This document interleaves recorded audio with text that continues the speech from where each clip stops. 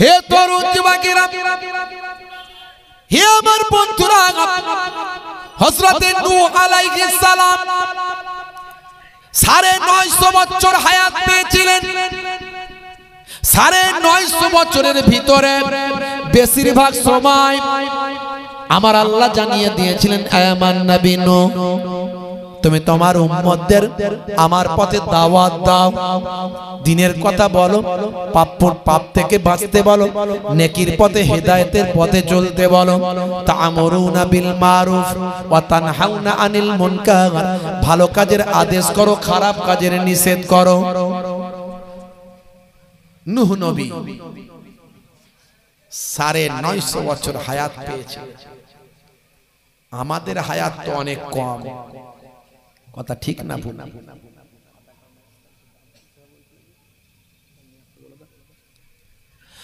হে তরুণ যুবকেরা, হে আমার বন্ধুরা, হযরতে নূহ আলাইহিস সালাম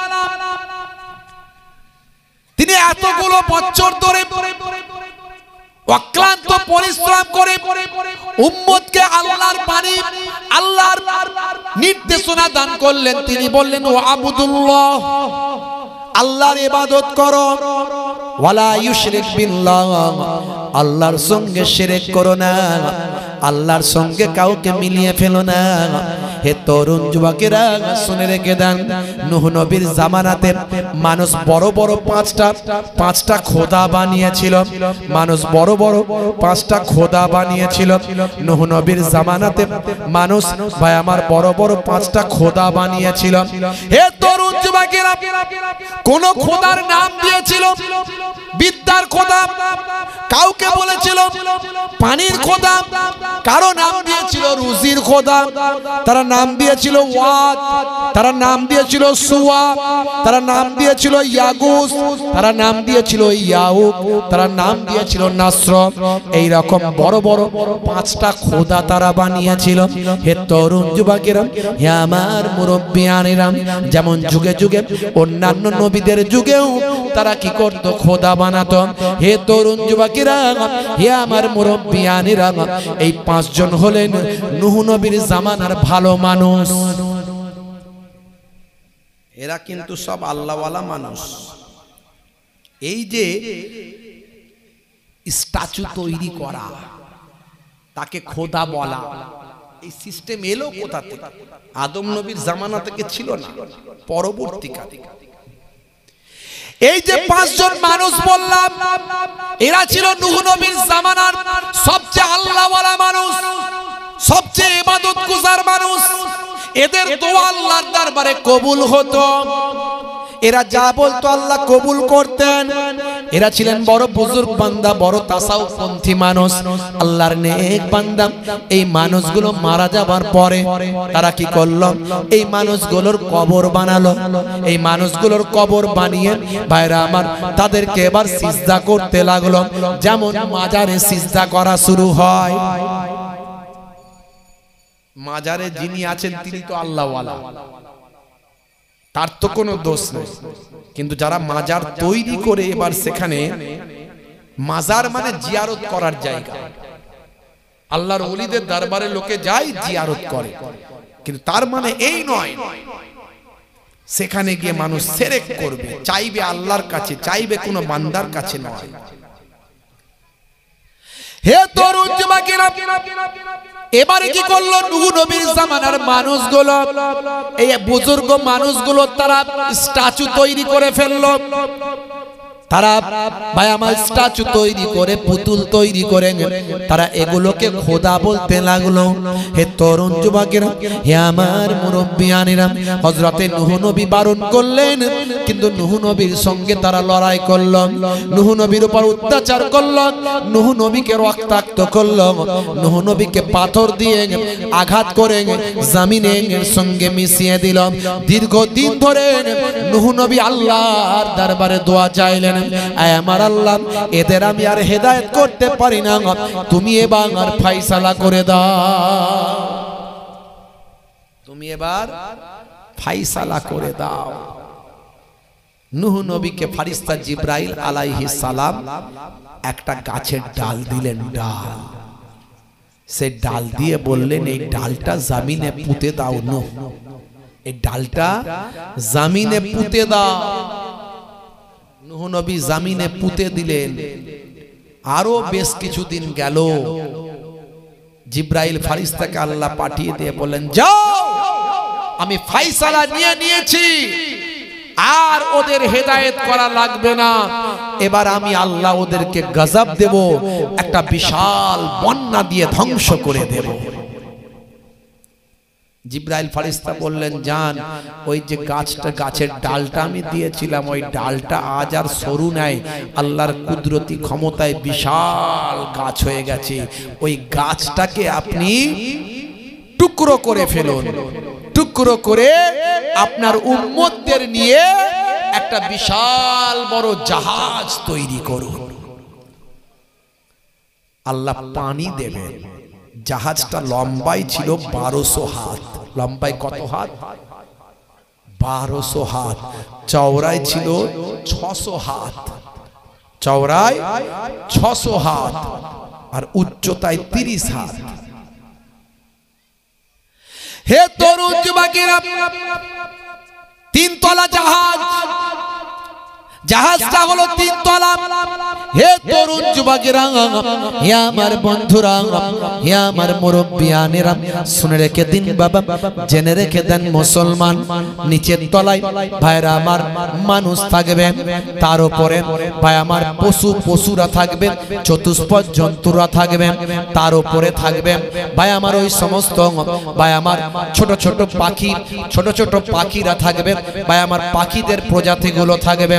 আমার আল্লাহ বললেন, হে নবী নূহ, তুমি তোমার ওই সমস্ত জীবজন্তু তুমি তোমার উম্মতদের নিয়ে এই জাহাজে তুলে নেবেন। তবে জাহাজ তৈরি হতে অনেক দিন সময় লাগলো। জাহাজ তৈরি করার পরে বহুদিন পরে রইল। আমার আল্লাহ পানি যখন দেবেন তবেই তো জাহাজ চলবে, বন্যা হবে। হে তরুণ যুবকেরা, মানুষ যখন নূহ নবীকে কটূক্তি করলো, নূহ নবীর মাথাটা নষ্ট হয়েছে। বলুন না নাউজুবিল্লাহ। ঝড় নাই, পানি নাই, তুফান নাই, কটকটের রোদ, আর নূহ নবীর দেখো কাজ, দেখো নৌকা তৈরি করেছে, যেটুকু ছিল সেটুকুও গেছে। পরিহাস করছে, বারেক আমরা ওই নূহের কথা শুনিনি বলে তার ঠাট্টা বিদ্রুপ করছে। আল্লাহ পানি বন্যা দিতে অপেক্ষা করছে। জালেমরা কি করলো? এতটাই জালেম যে নূহ নবীর নৌকাটা ভাই আমার বিশাল বড় জাহাজ, ওই জাহাজে গিয়ে রাতের বেলা তারা কি করত? লুকিয়ে লুকিয়ে পায়খানা করত। বুঝতে পারছেন? পায়খানা করত, এত পায়খানা করত রাতের বেলা গিয়ে যে আস্তে আস্তে নৌকা সব ভর্তি হতে শুরু হয়ে গেল। মানে এত পায়খানা। আল্লাহ এখনো বন্যা দেননি, নৌকা কিন্তু রেডি। হে তরুণ যুবকেরা, হযরতে নূহ নবী আল্লাহর দরবারে বলেন, আল্লাহ তুমি এখনো তো বন্যা দাওনি, নৌকা তৈরি করতে বলেছো, কিন্তু ওই জালেমেরা, নিষ্ঠুরেরা আমাকে তো পাগল বলে। শুধু তাই নয়, তারা এত বড় জালেম, আমার তৈরি করা নৌকায় গিয়ে তারা পায়খানা করে দেয়। হে তরুণ যুবকেরা, হে আমার মুরব্বিয়ানেরা, আল্লাহ বললেন, হে নবী নূহ একটু অপেক্ষা করো, আর তুমি দেখতে থাকো, ধৈর্য ধারণ করো, আমি আল্লাহ তোমার জয় দেব। আল্লাহর পথে থাকলে জয় আসে না? আসে না? জোরে বলেন, আসে। আল্লাহর পথে ধরে থাকতে হবে। বিতর্কের মধ্যে, দ্বন্দ্বের মধ্যে, ঝগড়ার মধ্যে যাবেন না। সবর করুন, ধৈর্য ধারণ করুন। আধা জায়গা নিয়ে দ্বন্দ্ব ছেড়ে দেয়, তার জন্য মারপিট করবেন, কেস হবে, লড়াই হবে। 2 বার বোঝালেন, 3 বার বোঝালেন, বুঝলো না, নিয়ে নে। তবু আমি অন্যায়ের পথে যাব না, আমার আল্লাহর দরবারে জমা দিয়ে দিলাম, যা সবার করলাম। জবানকে পবিত্র রাখুন, পেটকে পবিত্র রাখুন। দুনিয়াতেও আল্লাহ কামিয়াবি দেবেন, আখিরাতেও কামিয়াবি দেবেন। এটা আমার পরীক্ষিত, একেবারে এটা পরীক্ষিত। আমি চ্যালেঞ্জ করে বলে দিয়ে যাই, আমার আল্লাহ কোরআন মাজিদের ভিতরে বলেছেন, হে দুনিয়ার মানুষ শুনে রেখে দাও, জেনে রেখে দাও, বাবা দুনিয়ার মানুষ, আমি তোমাদেরকে মাঝে মাঝে ক্ষুধা দিয়ে, তোমাদের জান মালের ক্ষতি দিয়ে আমি আল্লাহ তোমাদের পরীক্ষা নিই।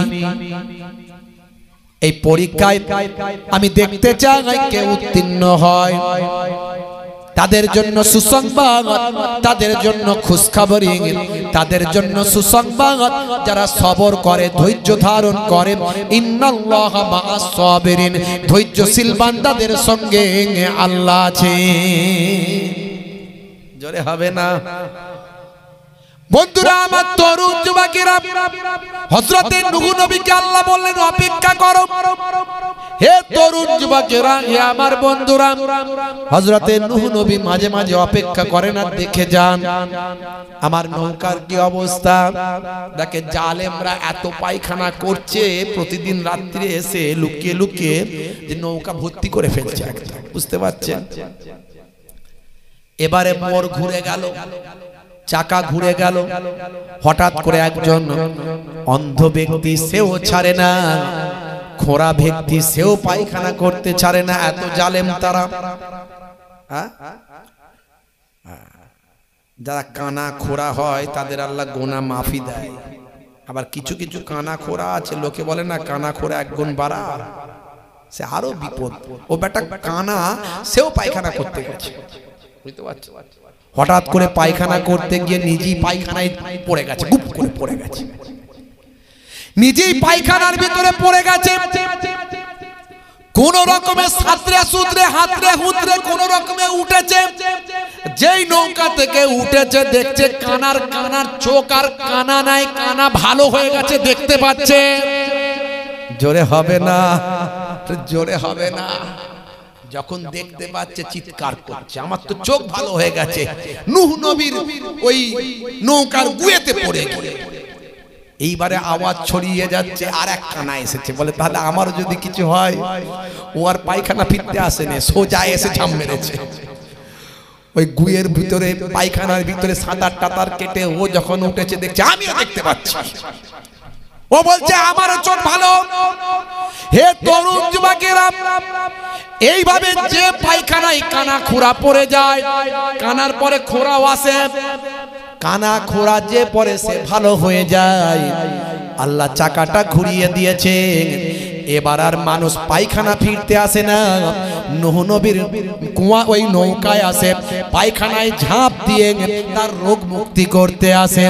এইভাবে হে তরুণ যুবকেরা, শুধু তাই নয়, শুধু এবার ডুবুক দিয়ে রোগ ভালো করে না, যে যা অসুখ বিসুখ নিয়ে আসে তার সব ভালো হয়ে যায়। এবারে কি করল? নূহ নবীর নৌকা থেকে শুধু ঝাঁপ দেয় না, এবার সেখান থেকে গু তুলে তুলে নিয়ে বাড়ি যায়। বুঝতে পারছেন? আল্লাহ বলছে দাঁড়া, বড্ড বার বেড়েছিস, তোদের এইভাবেই সাইজ কর। শুধু এবারে নৌকাতে এসে ঝাঁপ দিচ্ছে না, এবারে পায়খানা তুলে তুলে ঘরে নিয়ে যাচ্ছে, বরকত হবে। নূহ নবীর নৌকা থেকে পায়খানা তুললেও বরকত। দেখছেন এমন অবস্থা হলো, নূহ নবীর নৌকা এবার পায়খানা কমতে কমতে, পায়খানা কমতে কমতে নূহ নবীর নৌকাতে আর পায়খানা নাই। এবারে কেউ আর পায়খানা করতে আসে না, শুধু পায়খানা তুলতে আসে, তুলে বাড়িতে নিয়ে যায়, গায়ে মুখে মাখে। আল্লাহ বুঝিয়ে দিচ্ছেন, হেরে জালেম, তোরা আমার নবীর উপর এত জুলুম করেছিস, তোদেরকে তোদের পায়খানা আমি মাখাবো। হে তরুণ যুবকেরা, আল্লাহর কায়দা মানুষ বুঝতে পারে না। আমার আল্লাহ কোরআন মাজিদে তাই বলে দিয়েছেন, ওয়ামা কারু ওয়ামা করাল্লাহ ওয়াল্লাহু খায়রুল মাকিরিন। আমাকারু আমাকারাল্লাহ আল্লাহু খায়রুল মাকিরিন। তোমরা যে কৌশল করো, আমার আল্লাহ হলেন তোমাদের থেকে বড় কৌশলকারী। জোরে বলেন সুবহানাল্লাহ। এই জন্য তো বলি বাবা, সবর করো না, আল্লাহর উপর ধৈর্য ধারণ করে বসে থাকো, দোয়া চাও আল্লাহর কাছে, নামাজে গিয়ে চাও, দেখবে তোমার সমস্যা আল্লাহ কোনটা দিয়ে সমাধান করবে, নূহ নবীর নৌকার মতো হয়ে যাবে। যে তোমাকে তোমার ইজ্জত নিয়ে লড়াই করেছে, যে তোমাকে অপমানিত করেছে, সেই তোমার কদমে এসে বসে থাকবে ইনশাআল্লাহ। আমার আল্লাহ সব পারেন, কথা ঠিক না ভুল, কিন্তু সময় দিতে হবে, অপেক্ষা করতে হবে, ধৈর্যশীল বান্দা হতে হবে। কিন্তু আজকে আমরা ধৈর্য ছেড়ে দিয়েছি। ওরে বাপ রে বাপ, তুই যদি চোর হস আমি হব ডাকাত। ওরে বাপ রে বাপ, তুই যদি কারুন হস আমি হব ফেরাউন। ভাষা শুনলে মাথা খারাপ। এরা কারা? এরা আবার বলে নবীর উম্মত। লড়াইয়ের বেলায় ফার্স্ট, হিংসার বেলায় ফার্স্ট, চগলখড়ির বেলায় ফার্স্ট, গীবত চগলখড়ি গীবতের বেলায় ফার্স্ট। আবার বলে নবীর উম্মত, মল্লি নাকি জান্নাতে যাবে। আমার নবীর জীবনী ভালো করে পড়ো আর মানো। হে তরুণ যুবকেরা, হে আমার বন্ধুরা, শুনে রেখে দিন বাবা, জেনে রেখে দেন, যারা পায়খানা করেছিল নূহ নবীর নৌকাতে জাহাজে, তারা পায়খানা তো সব তুলে নিল। শুধু তাই নয়, এমন একটা সিচুয়েশন তৈরি হলো, নূহ নবীর নৌকাটা ধুয়ে ধুয়ে তারা পানিটা নিতে লাগলো। যদি ওই পানি থেকে বরকত হয়, এইভাবে নূহ নবীর নৌকাটাকে তারা চকচকে ঝকঝকে করে দিল। আল্লাহ বললেন, দেখো হে নবী নূহ, তুমি সাবার করেছিলে, ধৈর্য ধারণ করেছিলে, তুমি দুঃখ পেয়েছিলে, আমি আল্লাহ তোমার দুঃখকে দূর করে দিলাম। তবে এবার রেডি হয়ে যাও, আমার বন্যা এই জালেমেরা এবার দেখতে পাবে। নূহ নবী বললেন, চলো আমার ভক্ত মুরিদ যারা ভালোবাসার মানুষ আছে নৌকায় উঠে পড়ো, জোড়ায় জোড়ায় সবাইকে তুলে নাও, সবাইকে জোড়ায় জোড়ায় তুলে নাও। সবাইকে নূহ নবী জোড়ায় জোড়ায় সব তুলে নিলেন। সাপ বিচ্ছু তারাও কিন্তু ওঠার জন্য লাইন দিল, বলে আমরাও তো বাঁচবো না। বুঝতে পেরেছি এ আল্লাহ এমন বন্যা দেবেন, এ বন্যায় সাপ বিচ্ছু বাঁচবে না, তা আমরাও উঠবো। নূহ নবী বকলেন, এই উঠবি না, তোরা সাপ বিচ্ছু মানুষকে কষ্ট দিবি, কাটবি, তোরা আমার নৌকায় উঠবি না, মর। আয় নবী নূহ, আমাদের তাড়িয়ে দেবেন না, আমরাও তো বাঁচতে চাই, আমরাও তো বাঁচতে চাই। আপনার কাছে কথা দিচ্ছি, যদি কোনো মানুষ সালামুন আলা নূহিন যদি বলে, আপনার নবীর নাম নিয়ে যদি সালাম দেয়, আমাদের সামনে যদি যখন পড়বেন আপনার নাম নিয়ে যদি সালাম দেয়, আমরা কথা দিচ্ছি, আজকের দিনে ওয়াদা করছি, আমরা তাকে কাটা থেকে কষ্ট দেওয়া থেকে আমরা সরে যাব। এই সালামুন আলা নূহিন ফিদ দুনিয়া, এটা আমার আল্লাহ কোরআন মাজিদে লিপিবদ্ধ করে দিলে। কোন সাপ বিচ্ছু যখন পেয়ে যাবেন, সামনে চলে এসেছে, আপনাকে ভয় পেয়ে গেছেন, আপনাদেরকে ফস করেছেন, সালামুন আলা নূহিন, আপনি এই দোয়াটা পড়ুন, কোরআনের আয়াতটা একটু পড়ুন, ইনশাআল্লাহ তারা সরে চলে যাবে। জোরে বলুন সুবহানাল্লাহ। তবে ভাইরা আমার, ঈমানদার, আপনাকে ঈমানওয়ালা হতে হবে। হে তরুণ যুবকেরা, হে আমার বন্ধুরা, সেই নূহ নবীর জামানায় একজন বুড়ি মা এই বন্যার কিছুদিন আগে তিনি নূহ নবীর কাছে এসে ঈমানটা কবুল করেছে। ও আমাদের পয়গম্বর নবী, আপনি আমাকে কালেমাটা পড়িয়ে দেন, আমি আপনাকে বিশ্বাস করি, আপনার আল্লাহকে এক বলে বিশ্বাস করি, আপনার কালেমা পড়ি, আপনার দেওয়া নামাজ আমি পড়ি, ইবাদত করি, আপনি আমাকে ঈমানদার বানিয়ে দেন।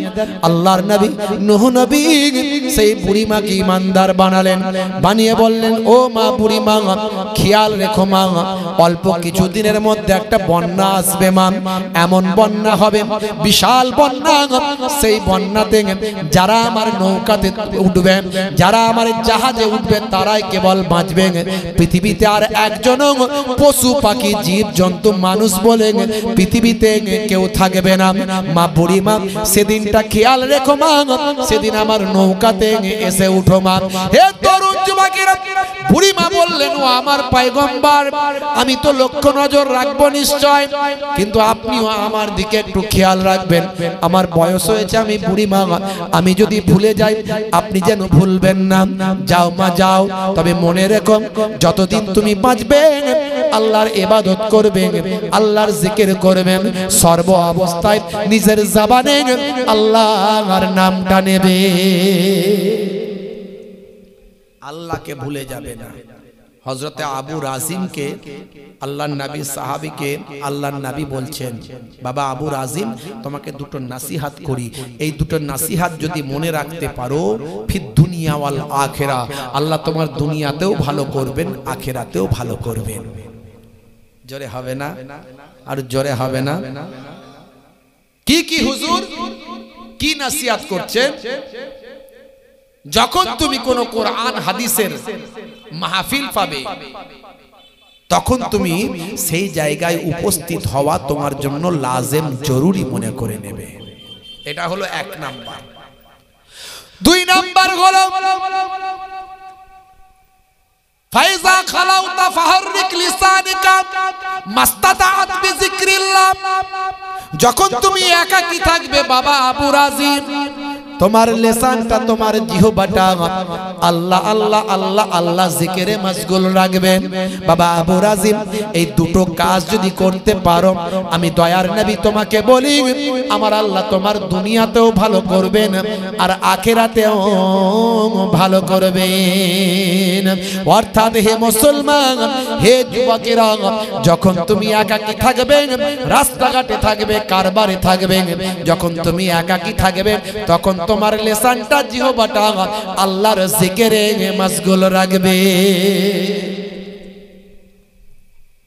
মুসলমানের সবচেয়ে উপরে হলো আল্লাহ, ইমানের সবচেয়ে উপরে আল্লাহ।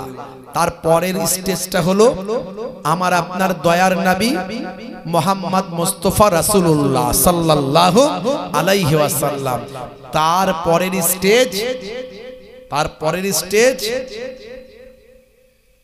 ভাইরা আমার ওলি আউলিয়া, বাম্মা ওলি আউলিয়া। তাহলে ওলি আউলিয়াকে নবীর স্টেজে পৌঁছে দিলে নবীর সঙ্গে খেয়ানত করা হবে, নবীর সঙ্গে জুলুম করা হবে। নবীর স্টেজকে আল্লাহর সঙ্গে সমান করে দিলে আল্লাহর সঙ্গে জুলুম করা হবে, শিরক করা হবে। এই থিওরিটা আমার মুজাদ্দিদুজ্জামান দাদা হুজুর কেবলা আমাদের ভালো করে বুঝিয়েছেন। কিন্তু বর্তমান সময়ে আমরা স্টেজ ঠিক রাখতে না পেরে অনেকে মুশরিক হচ্ছে, অনেকে বেদাতি হচ্ছে, অনেকে গুনাহগার জালেম হয়ে যাচ্ছে। এর থেকে আমাদের দূরে থাকতে হবে। যে সমস্ত আলেমরা কোরআন হাদিসের বিরুদ্ধে কাজ করছে, তাদেরকে শিখাতে আপনি পারবেন না, তারা জেনে শুনি করছে, তাদের থেকে দূরে থাকবেন। তাদের মজলিসে যাবেন না, তাদের ওয়াজ শুনবেন না। যে আলেম বক্তাদের বক্তব্যের দ্বারা হিংসা ছড়াচ্ছে, ফিতনা ছড়াচ্ছে, দ্বন্দ্ব ছড়াচ্ছে, সকালবেলা লোকে মারপিট করছে, এই রকম বক্তাদের ওয়াজ শোনা চলবে না, এদের থেকে দূরে থাকবে। হে তরুণ যুবকেরা, হে আমার বন্ধুরা, হে আমার মুরব্বিয়ানেরা, যারা প্রকৃত আল্লাহ প্রেমিক, যারা প্রকৃত নবী প্রেমিক, যারা প্রকৃত ওলি প্রেমিক, যারা শিরক করে না, বেদাত করে না, হাক্কানি আলেমদের মেনে চলে বাবা, যারা প্রকৃত মুজাদ্দিদুজ্জামানের মাসলাকটা মেনে চলেন, এই সমস্ত আলেমদের ওয়াজ যেখানে হবে সেই জায়গায় গিয়ে আপনি বসে যাবেন। বন্ধুরা আমার, তরুণ যুবকেরা আমার, হে আমার মুরব্বিয়ানেরা, আল্লাহর নবী বললেন, যখন তুমি বাবা কোন আলেমদের ওয়াজ যেখানে পাবেন, কোরআন হাদিসের আলোচনার মজলিসটা যেখানে পাবেন, সেই জায়গায় হাজিরা দেওয়া তোমার জন্য লাজিম জরুরি মনে করে নেবেন। আর তুমি একাকী থাকলে তোমার লিসানটা জিহ্বাটা আল্লাহর জিকিরে তুমি মশগুল করে রাখবে। মুসলমানের ছেলে একা একা থাকলে তারা বিভিন্ন গান গায়, আছে না নাই?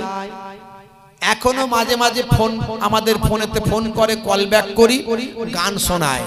আর বিরাট বড় জলসা কমিটির মেম্বার। আমি মাঝে মাঝে বলি, তো তুমি এত বড় জলসা কমিটির মেম্বার হয়ে তোমাকে ফোন করলে গান শুনতে হচ্ছে, তার মানে তুমি এখনো আল্লাহর পথে আসতে পারোনি, তোমার ঈমান এখনো পরিপক্ক হয়নি। ফিরে এসো আল্লাহর পথে। কদিন বাঁচবে দুনিয়াতে? আজ বেঁচে আছো, কাল শেষ। জলসা দিলেই হবে না, শুধু নিজেকে মানতে হবে, যে বলছে তাকেও মানতে হবে, যে শুনছে তাকেও মানতে হবে। ওই ফ্যাশন করে ফেললে তো হবে না বাপ। হে তরুণ যুবকেরা, যখন তুমি একাকী থাকবে, তুমি তোমার জবানটা আল্লাহ আল্লাহ ইবাদতে কাজে লাগাও।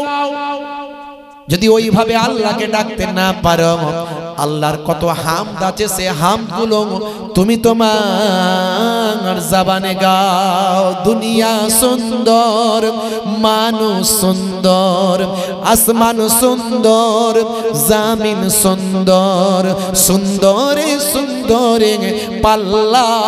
জানি না কত সুন্দর তুমি আল্লাহ, জানি না কত সুন্দর তুমি আল্লাহ, জানি না কত সুন্দর তুমি আল্লাহ, জানি না কত সুন্দর তুমি আল্লাহ।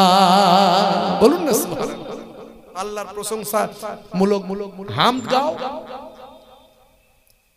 নবীর নাত তুমি গাও, নবীর প্রশংসায় নাত গাও। কত সুন্দর সুন্দর নাত, নবীর প্রশংসামূলক কবিতা তোমার জানটা ঠান্ডা করবে, নেকি হবে, সব হবে, তোমার কাল, তোমার আত্মা পরিশুদ্ধ হবে, শান্তি পাবে। আহারে কত সুন্দর।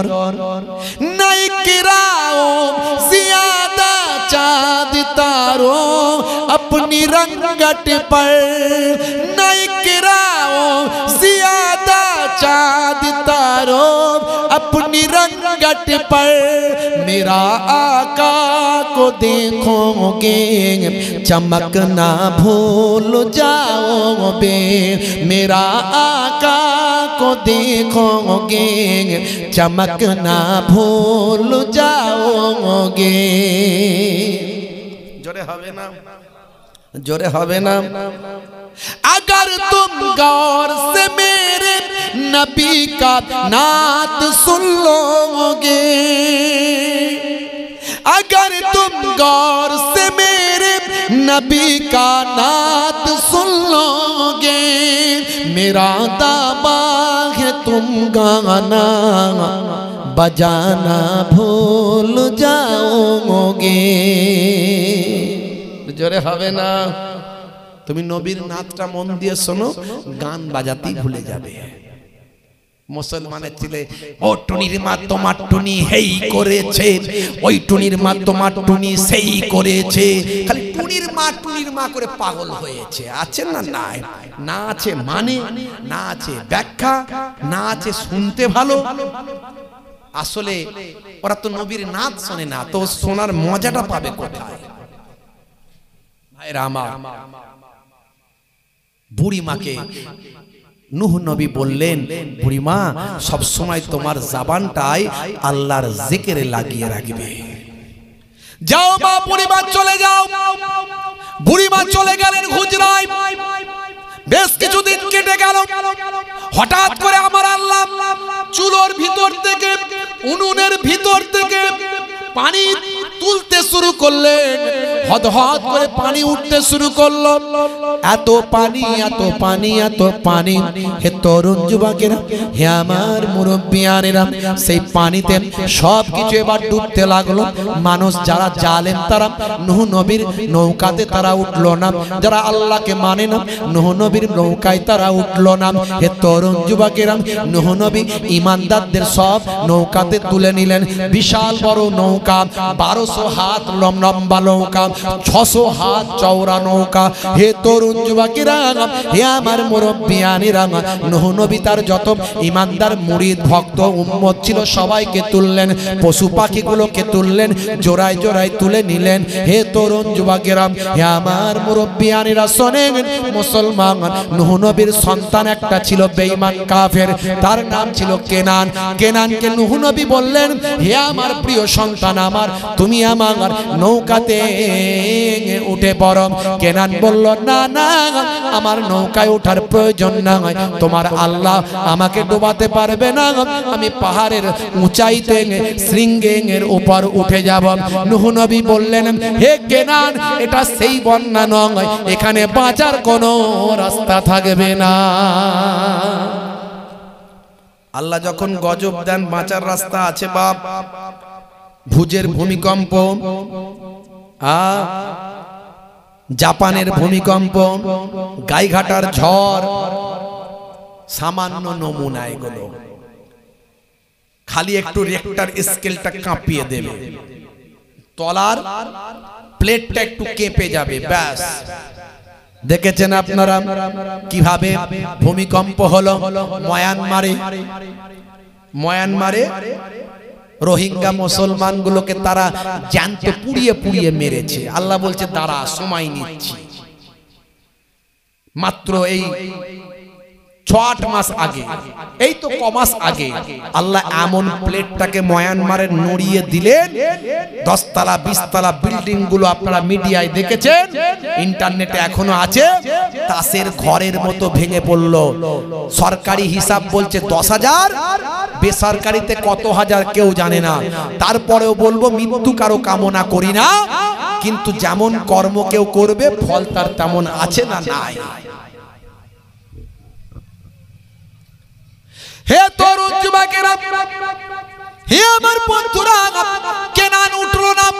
আমার আল্লাহ বলেন, এই নূহ, যদি তুমি আর একবার তাকে তোমার ছেলে বলে সম্বোধন করো, শুনে রাখো সে তোমার খাতা থেকে বাদ, ইমানের খাতা থেকে বাদ, সে বেঈমান, সে আল্লাহকে মানে না, তোমাকে মানে না। যদি তুমি আর একবার সুপারিশ করো, তোমার নামটাও কেটে বাদ দিয়ে দেব। হে তরুণ যুবকেরা, হে আমার মুরব্বিয়ানেরা, সেই বড় তুফান হয়ে গেল, বড় তুফানে সব ধ্বংস হয়ে গেল। যারা কেবল নূহ নবীর নৌকায় উঠেছিল তারাই কেবল বাঁচল। হে যুবকেরা, সব ফিনিশ হয়ে গেল, ধ্বংস হয়ে গেল। যদি পাহাড়ে এসে নৌকাটা ঠেকলো বাবা, হে তরুণ যুবকেরা, আবার নতুন করে নৌকায় যারা ছিল পৃথিবী শুরু হলো। এরই জন্য নূহ নবীকে দ্বিতীয় আদম বলা হয়, সানি আদম বলা হয়, দ্বিতীয় আদম, দ্বিতীয় পিতা বলা হয়। হে তরুণ যুবকেরা, নূহ নবীর এবার ওই বুড়ি মার কথা মনে পড়ল। বুড়ি মাকে তো তোলা হয়নি। এই সাহাবীরা, বুড়ি মা কি উঠেছিল? বলে দেখিনি তো, আছে এখানে? বলে নাই। তুলেছিলাম মনে আছে? না তুলিনি হুজুর। সর্বনাশ, চলো তো দেখি বুড়িমার হুজরাটা কোথায় ছিল। চলো।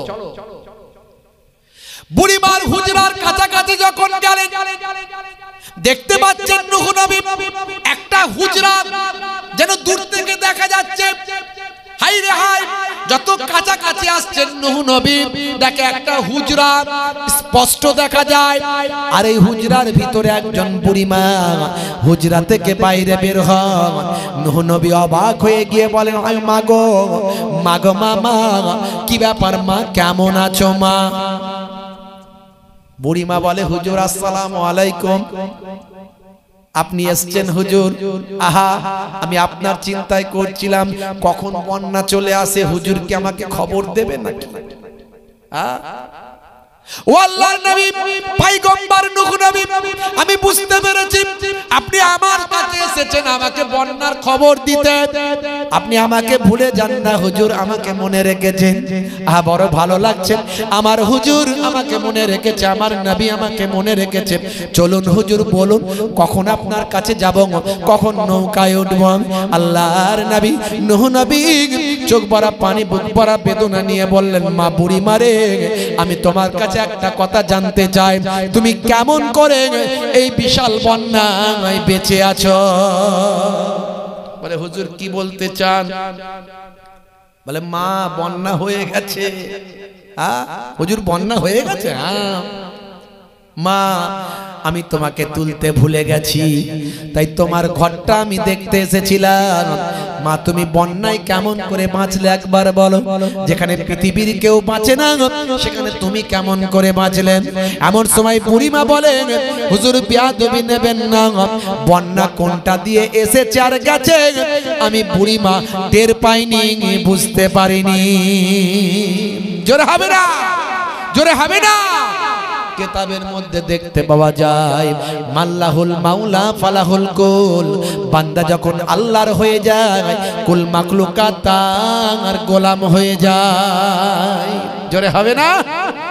আল্লাহর হয়ে যান, আল্লাহর উপর নির্ভরশীল হন, তাকওয়া বাড়ান, অন্তরটাকে পবিত্র করুন। এলেমের অভাব নাই, মাদ্রাসার অভাব নাই, ঘরে ঘরে আলেম হাফেজের অভাব নাই, কিন্তু তাকওয়াওয়ালা মানুষের অভাব আছে। তাকওয়াওয়ালা মানুষ হয়ে যান, জবানকে পবিত্র করুন, কালবকে পবিত্র করুন। অত বড় আলেম, অত বড় হুজুর, অত বড় পীর সাহেব, তারা যদি এমন হয়, তারা যদি যে কাঠ খাবে সে আংরা হবে, কবরে গেলে তার কবরে আপনি যাবেন না, সে জবাব দেবে। কথা ঠিক না ভুল? যত বড়ই হুজুর হোক, পীর সাহেব হোক, মাওলানা সাহেব হোক, কাবা ঘরের ইমাম ছিল কালবানি। কালবানি কাবা ঘরের ইমাম। দেখবেন কালো চেহারার মানুষ, অনেকে বলছেন তিনি শুধু তারাবির ইমাম।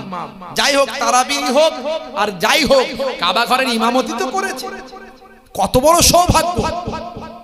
তিনি বলেন আমার মায়ের দোয়াতে আমি কাবার ইমাম হয়েছি। তিনি বলেছিলেন ছোটবেলায় খুব ডান পিটে ছিলাম, বজ্জাত ছিলাম, আমার মা দোয়া করতেন আল্লাহ যেন তোকে কাবা ঘরের ইমাম বানিয়ে দেয়। অন্য জনেরা বদদোয়া করলে অন্য কিছু করে, অন্য মায়েরা অন্য কিছু বলে, আর কালবানির মা বলেছিল আল্লাহ যেন তোকে কাবা ঘরের ইমাম বানিয়ে, তুই এত বদমাইশ, তুই যেন কাবা ঘরের ইমাম হয়ে যাস। তাই তিনি বলেছিলেন আমি কাবা ঘরের, আল্লাহ আমাকে মায়ের দোয়া ইমাম বানিয়েছেন, মায়ের বদদোয়ায় ইমাম বানিয়েছেন। কিন্তু তারও পদস্খলন হয়েছে। ইন্টারনেট দেখবেন, সে সিনেমাতে অভিনয় করছে, সিনেমাতে অভিনয় করছে, জুয়ার আড্ডায় যাচ্ছে, বুঝতে পারছে, বারেতে যাচ্ছে, বার, তার পদস্খলন হয়েছে, বিপদগামী হয়েছে। একমাত্র পদস্খলন হয়নি, হবে না, হতে পারে না, সেটা হলো আমার নবী। নবী হলেন স্পেশাল। যত বড় মুফতি, যত বড় আলেম, যত বড় ওলি, যতক্ষণ সে কোরআন হাদিসের পথে চলবে ততক্ষণ তাকে ফলো করবেন, তাকে শায়খ, উস্তাদ, হুজুর বলে মানবেন। যেই কোরআন হাদিসের বিপক্ষে চলে গেল, কোরআন হাদিসে বারবার বলা হয়েছে গীবত, চগলখড়ি হলো সবচেয়ে বড় পাপ। আর আমি মোহেবুল্লাহ হুসাইনি, ছোট হুজুরের নাতি, পিন্নগরী হুজুরের পোতা, অমুক মাওলানা, অমুক মুফতি, অমুক বক্তা, অমুক আলেম, অমুক হাজি, আমি যদি সেটা করি, বুঝবেন আমার পদস্খলন হয়েছে।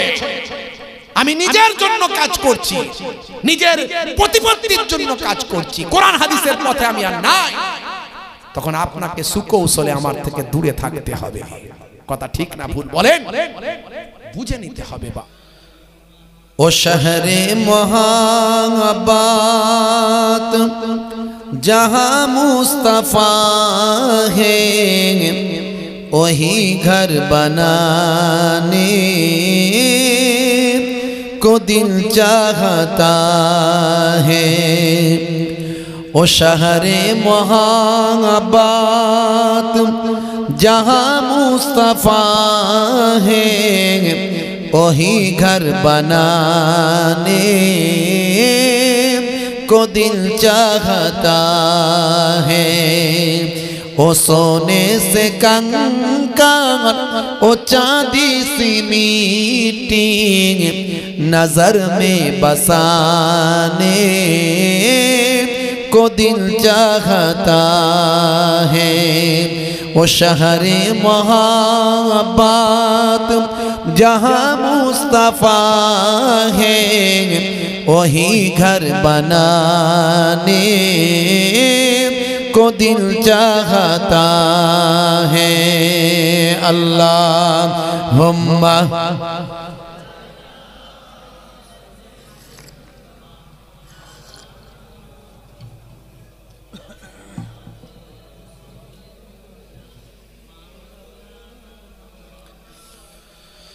जो पूछा नबी ने कि कुछ घर भी छोड़ा तो सिद्दीक़ अकबर से होठों पे आया। जो पूछा नबी ने कि कुछ घर भी छोड़ा तो सिद्दीक़ अकबर के होठों पे आया। वहाँ मालो दौलत की क्या है हकीकत, वहाँ मालो दौलत की क्या है हकीकत, जहाँ जल लुटाने को दिल चाहता है, जहाँ जान लुटाने को दिल चाहता है। अल्लाहुम्मा सल्ली अला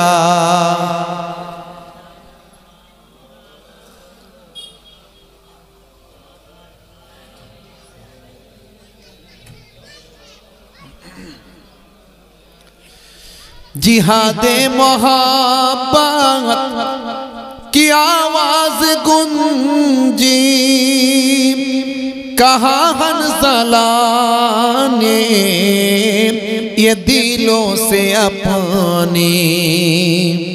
जिहादे मोहब्बत की आवाज गूंजी, कहा हंसला ने ये दिलों से अपनी। इजाजत अगर दो कि जामे शहादत, इजाजत अगर दो तो जामे शहादत लाभों से लगाने को दिल चाहता है। वो शहरे मोहब्बत जहाँ मुस्तफ़ा है, वही घर बनाने को दिल चाहता है। अल्लाहुम्मा सल्ली अला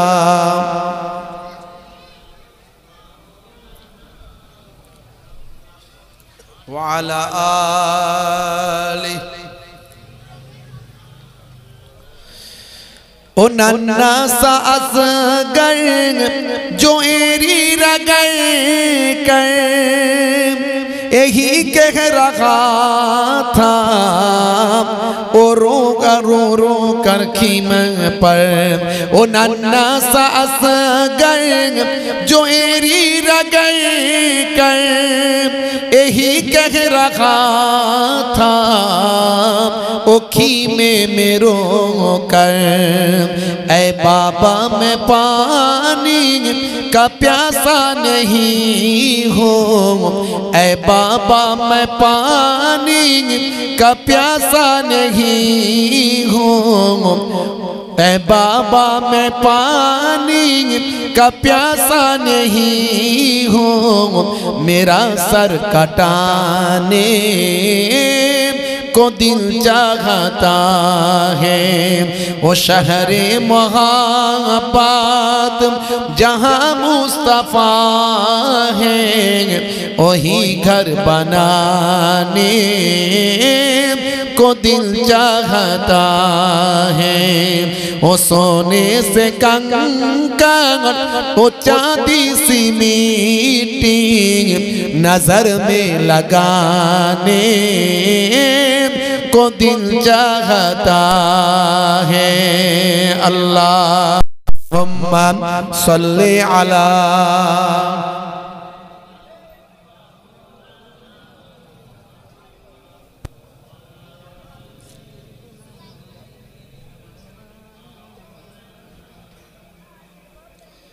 सितारों से ये चाहत कहता है हर दम, सितारों से ये चाहत कहता है हर दम। तुम्हें क्या बताऊं ओ टुकड़ों का आलम। बोलुन ना सुभान अल्लाह, जोरे हबे ना।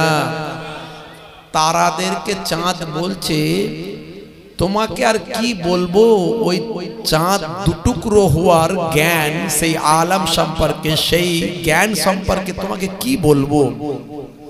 सितारों से ये चाँद कहता है हर दम, तुम्हें क्या बताऊं टुकड़ों का आलम। इशारे पे आका, इशारे में आका के इतना मजा था कि फिर टूट जाने को दिल चाहता है कि फिर टूट जाने को दिल चाहता है। वो शहरे मोहब्बत जहाँ मुस्तफा है वही घर बनाने को दिल चाहता है। अल्लाहुम्मा सल्ली अला व अला आलि सय्यिदिना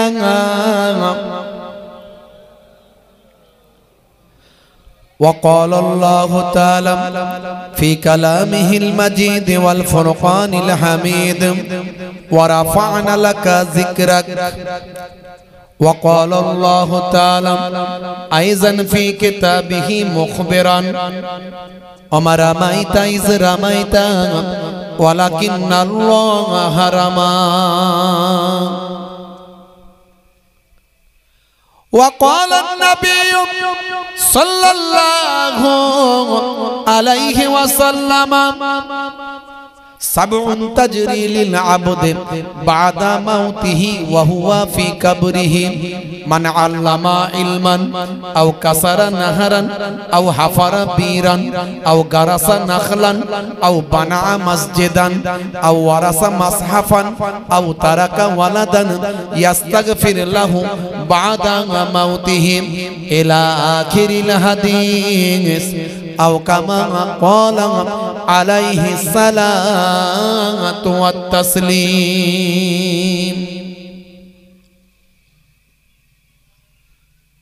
وقال النبي صلى الله عليه وسلم من تمسك بسنتي عند فساد أمتي فله أجر 100 شهيد إلى آخر الحديث أو كما قال عليه الصلاة والتسليم। শ্রদ্ধেয় সম্মানীয় আজকের সভার সভাপতি, মঞ্চে উপবিষ্ট সম্মানীয় ওলামা হযরত, সামনে উপবিষ্ট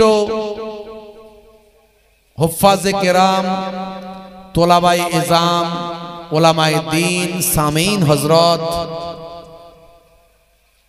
মুসল্লি ভাইরা আছেন, আমার জওয়ান যুবক ভাইরা আছেন, স্নেহের বাচ্চারা আছে, পর্দার আড়ালে আমার জননী মায়েরা বোনেরা আছে,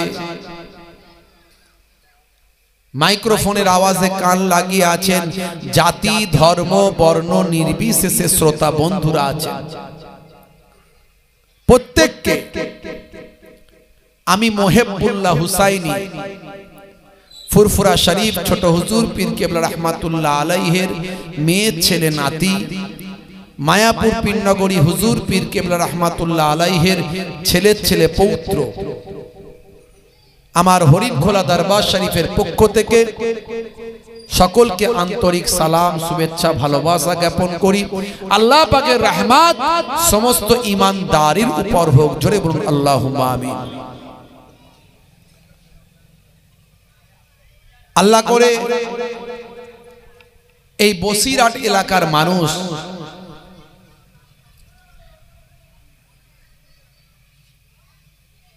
ঘরে ঘরে আলেম, হাফেজ, মাওলানা, মুফতি, এলেমের অভাব নাই। গ্রামে গ্রামে মাদ্রাসা, কথা ঠিক না ভুল বলেন? এই পাশে একটা পাইকপাড়া মাদ্রাসা আল্লাহ করে। আমি গত বছর না তার আগের বছর এসেছিলাম ওখানে জলসায়। যোগ্য যোগ্য সব আলেম, আমার পরে মনে হয় ওই মাদ্রাসার ওস্তাজে আলা সম্মানীয় হযরত তিনি আসবেন, আমার পরে আলোচনা করবেন। আমি এই মাত্র ভবানীপুর মাদ্রাসা থেকে ঘুরে এলাম। জনাব হযরত মাওলানা ইয়াকুব আলী সাহেব অত্যন্ত প্রবীণ আলেম, সম্মানীয় আলেম, উনি অসুস্থ। তো যাই হোক, কেতাবের লাইব্রেরি আমাকে দেখালেন, ইফতা বিভাগ আমাকে দেখালেন, দাওরায়ে হাদিস ডিপার্টমেন্ট আমাকে দেখালেন। জান ঠান্ডা হয়ে গেল। বসিরহাট এলাকায় ঘরে ঘরে আলেম, হাফেজ, মাওলানা, মুফতি, এলেমের দিকে কমই নাই, মাদ্রাসার দিকে কমই নাই, এলেমের দিকে কমই নাই, মাদ্রাসাতে কমই নাই, হাফেজ মাওলানার অভাব নাই। আর বসিরহাট আল্লামা হুজুর বাহারুল উলুম, এলেমের সামান্দার, তার পাশের মানুষ সেই সোহবত আপনাদের মধ্যে আছে। আল্লাহ করে সেদিক থেকে অভাব নাই। আমার যতটা মনে হয়েছে, দীর্ঘদিন এই বসিরহাট এলাকায় আমি ওয়াজ করতে আসি, আমার যতটা মনে হয়েছে অভাব একটা জায়গায় আছে আমাদের, সেটা হলো আমাদের তাকওয়া, পরহেজগারি, তাকওয়া। আর তাকওয়া হা হোনা, তাকওয়া এইখানে আছে। এলেমে তাকওয়া নাই, ইবাদতে তাকওয়া নাই, আমলে তাকওয়া নাই, দাড়িতে তাকওয়া নাই, টুপিতে তাকওয়া নাই, জুব্বাতে তাকওয়া নাই। আর তাকওয়া হা হোনা, নবী বলেছেন তাকওয়া আছে এইখানে। এইখানটা যার ভালো তার সারা শরীরটা ভালো, আর এইখানটা যার খারাপ তার সারা শরীরটা খারাপ। নিশ্চয় ইলমের গুরুত্ব আছে। আল্লাযীনা উতুল ইলমা দারাজাত, ইলমের গুরুত্ব আছে। কিন্তু ইবলিস শয়তানের থেকে বড় আলেম যতই চেষ্টা করেন হতে পারবেন না। পারবেন? পারবেন কেউ? ইবলিস শয়তানের থেকে বড় আলেম হওয়ার চেষ্টা করলে পারা যাবে ভাই? পারা যাবে না। সে তো জিন, জিনকে আল্লাহ ফারিস্তাদের উপরে সম্মান দিয়েছেন, দিয়েছেন না দেননি? মুআল্লিমুল মালাকুত করেছিলেন না করেননি? তাহলে ইবলিস শয়তানের থেকে বড় আলেম আর কেউ হতে পারবে না। কিন্তু তার মধ্যে কি ছিল না? তাকওয়া ছিল না। তার মধ্যে কি ছিল না? আদব ছিল না। এলেমের অভাব ছিল না, আমলের অভাব ছিল না। আজকে সারা বিশ্বে দেখুন তো মুসলমান মার খাচ্ছে, কথা ঠিক না ভুল? কথা ঠিক না ভুল বলে? কেন মার খাচ্ছে? আমার নবীর জামানাতে কোন মুসলমান বিপদে পড়লে অন্য মুসলমান ছুটে গিয়ে তাকে সাহায্য করত। এখন আপনার গ্রামে আমি দায়িত্ব সহকারে বলতে পারি, আপনার গ্রামে এখন পলিটিক্যাল দল 10টা। কিছু লোক সিপিএম এর সমর্থক, কিছু লোক তৃণমূলের সমর্থক, কিছু লোক আইএসএফ এর সমর্থক, কিছু লোক কংগ্রেসের সমর্থক। আবার ধর্মীয় দিক থেকেও দল অনেক, কিছু লোক ওই গ্রুপের সমর্থক, কিছু লোক ওই গ্রুপের সমর্থক, কিছু অমুকের সমর্থক, কিছু অমুকের ভক্ত। আছে না নাই বলে? বিপদে পড়লে বলবে ও ওদের গ্রুপের ব্যাপার, বুঝে নি, ঠিক হয়েছে বেটা, বড্ড বেড়েছিল। কথা ঠিক না ভুল? মার আমরা খাবো না তো কারা খাবে? রাস্তাঘাটে মুসলমান মার খাচ্ছে, আরো খাবে, তবেই তো ইমাম মাহাদি আসবেন। কথা ঠিক না ভুল? এসে সব কটাকে ঠান্ডা করে দেবেন। এখন আমরা যতই বলি, আমরা যারা সবাইকে ঐক্য করতে চাই, ইত্তেহাদ করতে চাই, আমরা যারা দ্বন্দ্ব পছন্দ করি না, আমরা বলি তুমি তোমার মাসলাক নিয়ে থাকো, তুমি তোমার দল নিয়ে থাকো, তুমি তোমার রাজনীতি নিয়ে থাকো, তুমি তোমার হুজুর নিয়ে থাকো, তুমি তোমার মৌলানা নিয়ে থাকো, কিন্তু কালেমার উপর সব এক হয়ে যাও। কালেমাতে কোনো বিভেদ নাই, কালেমাতে কোনো দ্বন্দ্ব নাই, কালেমাতে কোনো লড়াই নাই। সারা বিশ্বের মুসলমান কালেমার উপর এক ভাই। আল মুসলিমু আখুল মুসলিম। অন্য জায়গায় আল্লাহ বলছেন ইন্নামাল মুমিনুনা ইখওয়াত, অন্য জায়গায় নবী বলছেন লা তাকাতু ওয়ালা তাদাবারু ওয়ালা তাবাগাজু ওয়ালা তাহাসাদু ওয়া কুনু ইবাদাল্লাহি ইখওয়ানান। তোমরা একে অপরের ভাই হয়ে যাও। সেখানে কোনো দ্বন্দ্ব নাই। নবীর জামানায় এসব দলমত ছিল না বাপ।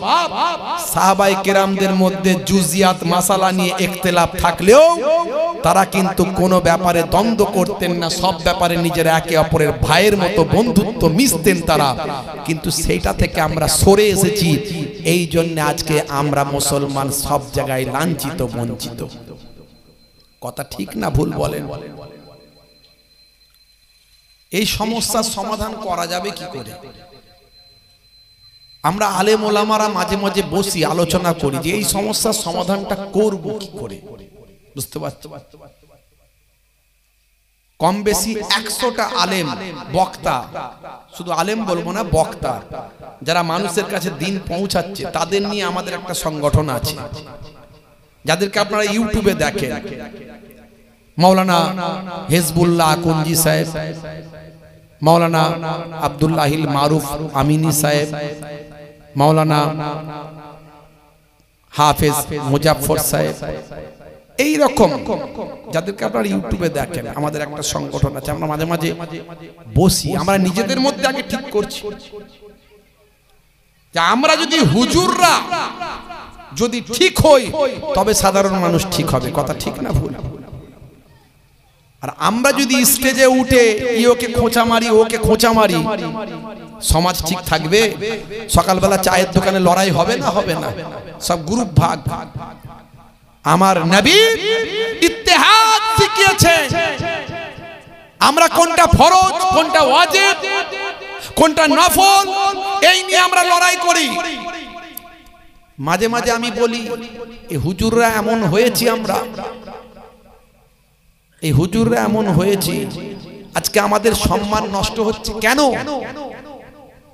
10টা হুজুরকে যদি একটা ঘরেতে ঢুকিয়ে দেওয়া হয়, 10টা মৌলানাকে যদি একটা ঘরে ঢুকিয়ে দেওয়া হয়, সকালবেলা দেখবেন দুজন অ্যাকশন করে, অ্যাকশন হামমার্ডার, অ্যাকশন করে হামমার্ডার। কেন, কি হয়েছে? না ইনি বলেছেন ফরজ, উনি বলছেন ওয়াজিব। এখন কাটটা ঠিক, ফরজটা ঠিক না ওয়াজিবটা ঠিক? এই করতে গিয়ে দেখেননি কদিন আগে, তথ্য ছাড়া কথা বলবো না, বাংলাদেশের বিখ্যাত মসজিদ বাইতুল মুকাররম, সেই মসজিদে হুজুররা, মাওলানারা, নামাজিরা মারপিট করে মসজিদের কাঁচ ভেঙে ফেলেছে। দেখেছেন না? দেখেন না? খোঁজ খবর রাখেননি মনে হয়। তাহলে আমি কথাটা ভুল বলছি না। 10টা সাধারণ মানুষ ঘরে শুলে সকালবেলা উঠে তাদের মধ্যে ঝগড়া হয় না, কিন্তু 10টা হুজুরকে ঢুকিয়ে দেন, সকালবেলা উঠে দুজন হামমার্ডার হয়ে গেছে। কেন? কিন্তু এটা তো এরকম হওয়ার কথা ছিল না। আমার নবীর সাহাবায়ে কেরামরা তারা কেমন ভাবে জীবন যাপন করেছে? তারা এক কাছে যখন থাকতেন, রাত্রিরে আল্লাহর ভয়ে জারে জার হয়ে তাহাজ্জুদের নামাজ পড়ে কাঁদতেন, চোখ দিয়ে ঝরঝর করে পানি গড়িয়ে যেত। সকালবেলা তারা ঈমানে এতটা পরিপূর্ণ ছিল, তাদের সামনে কেউ অন্যায় করলে রক্ষা পাওয়ার উপায় নাই। তাদের ঈমানি শক্তি এত পাওয়ার বেশি ছিল, ময়দানে যখন নামতেন জালেমরা তাদের দেখে ভয় পেত। অথচ তারা আল্লাহর দরবারে এতটাই রোনাজারি করতেন, রাতের বেলা ঘুম থেকে উঠে ফজরের আজানের সময় একে অপরকে বলতেন, ভাই গায়ে পাটা লেগে গেলে কিছু মনে করো না, কিছু মনে করো না ভাই, পায়ে গায়ে পাটা লেগে গেলে কিছু মনে করো না। তাদের মধ্যে এই তাকওয়া, এই পরহেজগারি, এই খোদাভীরু আজকে আমাদের মধ্যে একটু ভাবুন তো দেখি। হে তরুণ যুবকেরা, হে আমার বন্ধুরা, শুনে রেখে দিন বাবা, জেনে রেখে দেন। হে মুসলমান, একটু লক্ষ্য করুন, আল্লাহর নবী নবী নবী নবী নবী আমরা করি, নবীর জন্য জীবন দিতে পারি, নবীর জন্য আমরা কেস খেতে পারি, পারি কি পারি না?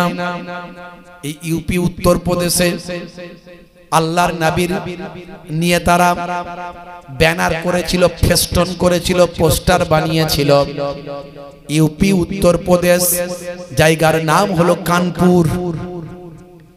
নবী দিবসের মাস, রবিউল আউয়াল মাস, বিভিন্ন জায়গায় আল্লাহর নবীর আগমনী বার্তাকে মানুষের কাছে ছড়িয়ে দিয়ে শান্তি সম্প্রীতির বার্তা মানুষ দেয়। আল্লাহর নবীর বাণীগুলোকে তারা লিখে মানুষকে দেখায়, দেখো নবী কি বার্তা দিয়েছেন। হে তরুণ যুবকেরা, আল্লাহর নবীর নামে স্লোগান দিয়ে মানুষকে তারা মিষ্টি খাওয়ায়, পানির বোতল দেয়, শান্তি সম্প্রীতির বার্তা দেয়। এটা এক ধরনের মিছিল। আবার এক ধরনের মিছিল বের হয় যেখানে ডিজে বাজে, আছে না নাই? হ্যাঁ, ডিজে বাজে।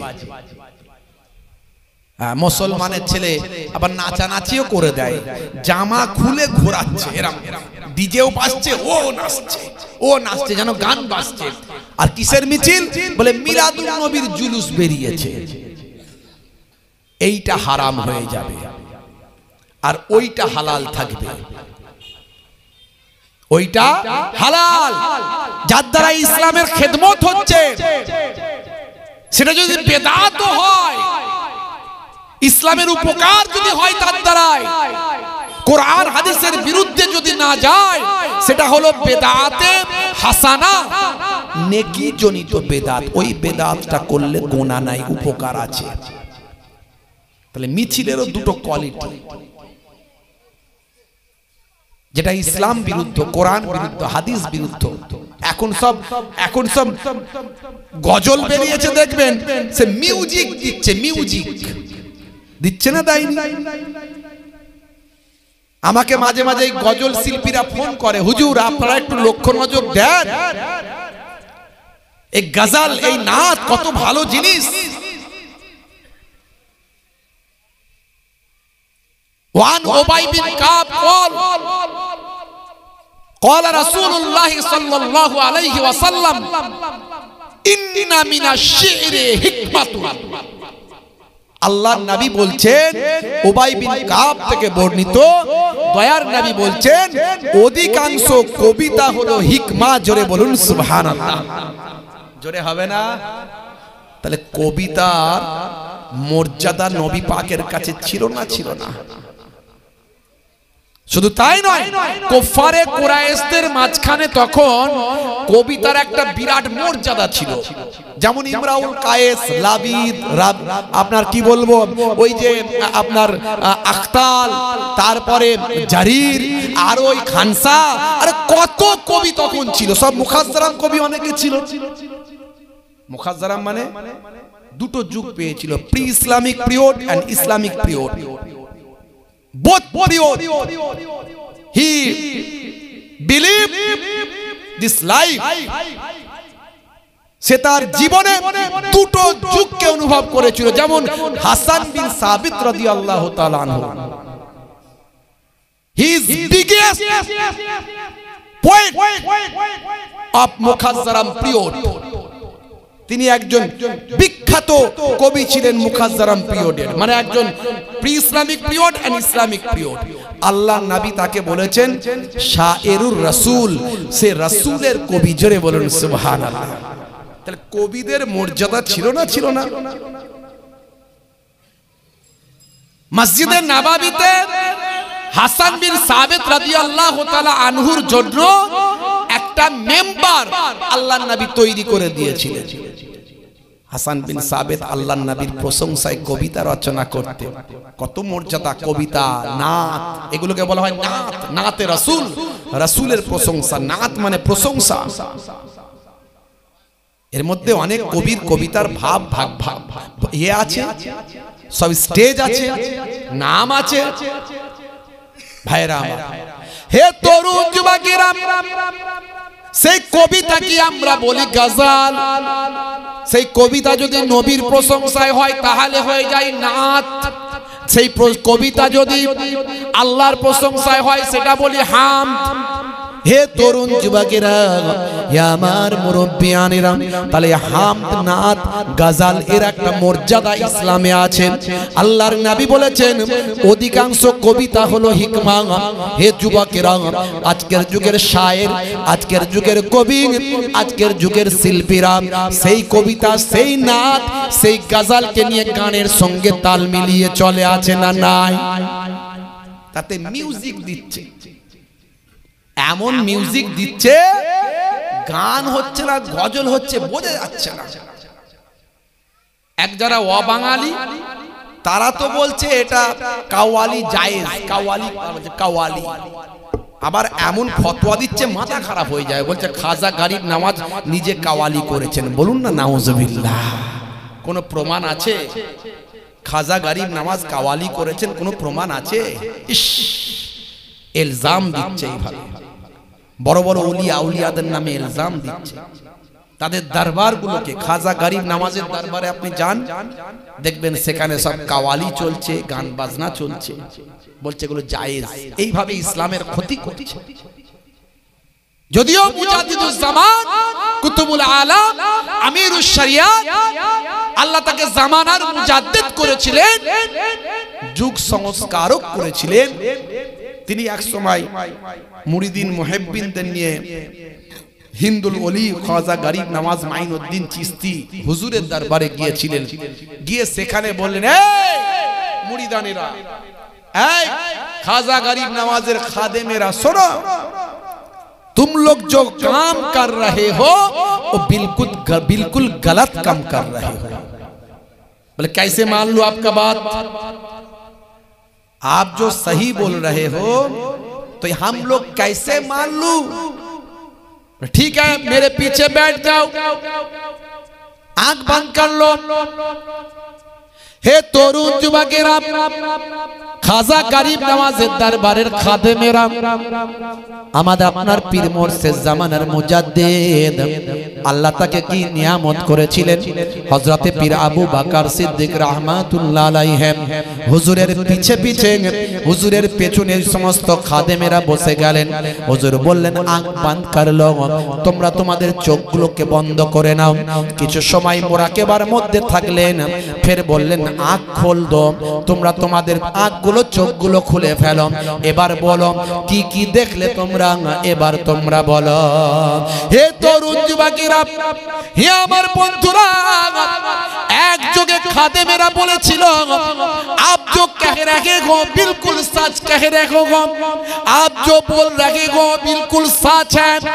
हम लोग ये देखा कि खाजा गरीब नवाज ने हम लोगों को बोला कि हिंदुस्तान में सुनो, बंगाल से आया है जो पीर साहब अबू बकर सिद्दीक है, वो जमाना का मुजाद्दिद है, वो जो कह रहा है वो बिल्कुल सच कह रहा है। तुम लोग जो काम कर रहे हो बिल्कुल गलत काम कर रहे हो। एक কথা বলার পরে সেদিন থেকে তারা গান বাজনা অশ্লীলতা বন্ধ করেছিল। কিন্তু তাদের ব্যবসা বন্ধ হয়ে যাবে, ঠিক না ভুল? মাজার নিয়ে ব্যবসা হয় না, হয় না? জোরে বলে, মাজার নিয়ে ব্যবসা হয় না, হয় না? এটা ভালো ব্যবসা, বিনা পুঁজির ব্যবসা, বুঝতে পারছেন?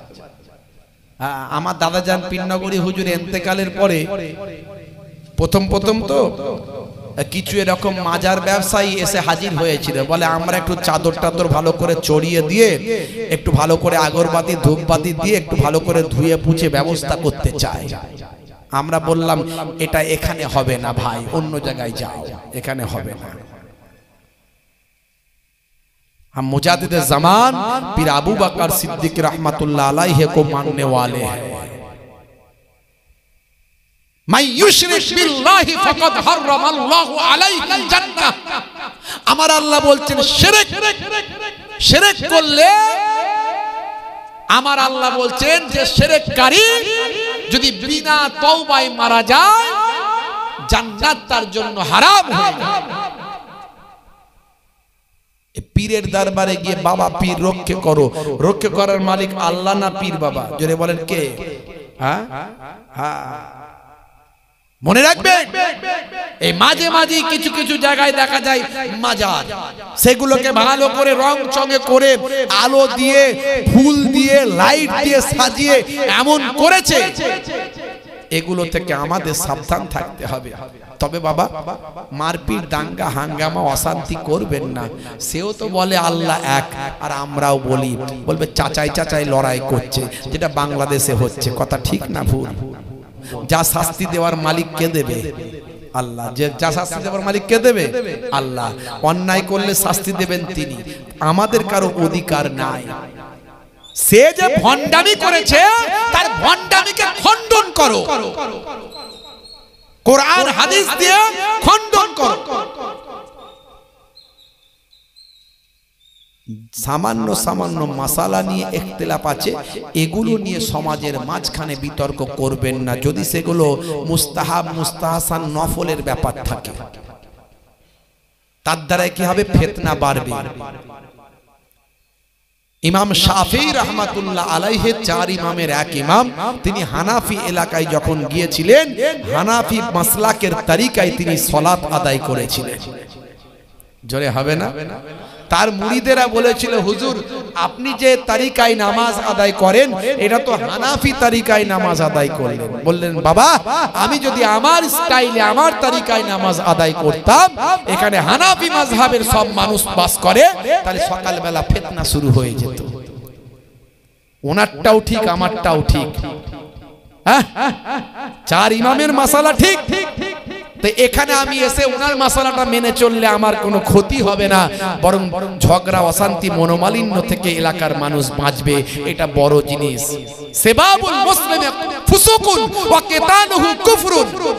একজন মুসলমান মুসলমানকে যদি গালি দেয় সে ফাসিক হয়ে যাবে, আর একজন মুসলমান আরেকজন মুসলমানকে যদি হত্যা করে সে কাফের হয়ে যাবে।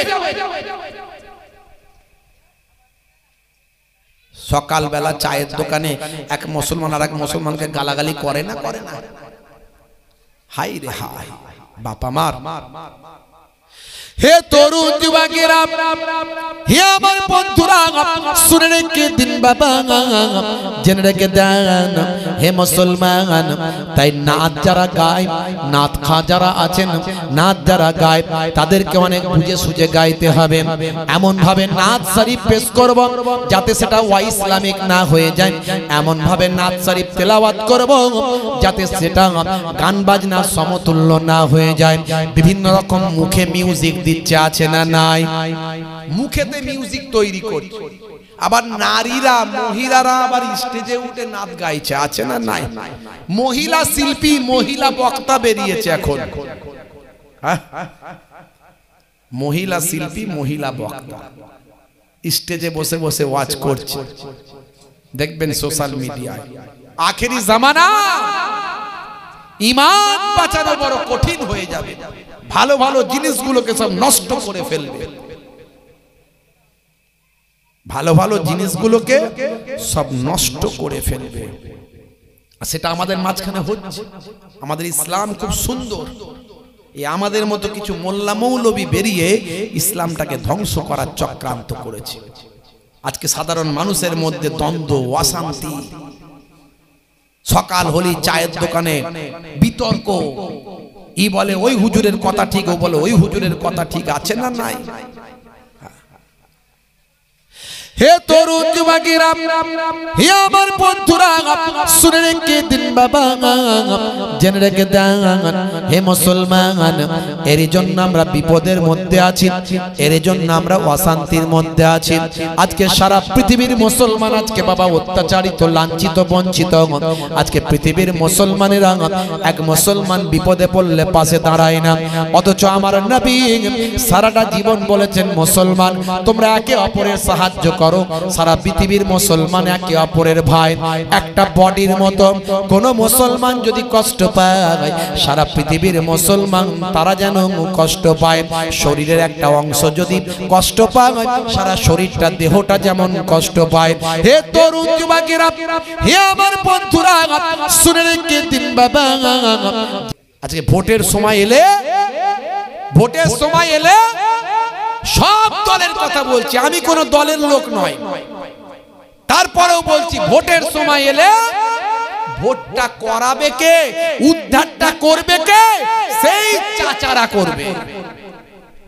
মিছিলের প্রথমে থাকবে চাচারা, ভোটের দিনে বুথে থাকবে চাচারা, বুথটাকে রেডি করবে চাচারা, ডোর টু ডোর গিয়ে কথা বলবে চাচারা, ভোট যদি ঠিকঠাক না পড়ে লড়াই করবে চাচারা, মারবে চাচারা, মরবেও চাচারা। কথা ঠিক না ভুল?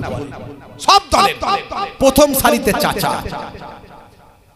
ক্ষমতায় ক্ষমতায় হয় চা বইবে, না হলে নেতাদের তাবেদারি করবে। তারা থাকবে উপর লেভেলে, এরা থাকবে নিচের লেভেলে। রাগ করবেন না, এই কথাটা বড় দুঃখের সঙ্গে বলছি। এই সামনে 26শে বিধানসভা ভোট, প্রত্যেক বছর যখনই ভোট আসে সবচেয়ে বেশি মুসলমান মারা যায়। সবচেয়ে বেশি মুসলমান মারা যায়, ভালো করে দেখুন। কিন্তু মারা গেলেও যদি মুসলমানের কোনো উন্নতি হতো তাহলে ভাবতাম যে এতগুলো আমার ভাইয়ের রক্ত ঝরেছে কিন্তু মুসলমানের এই লাভ হয়েছে।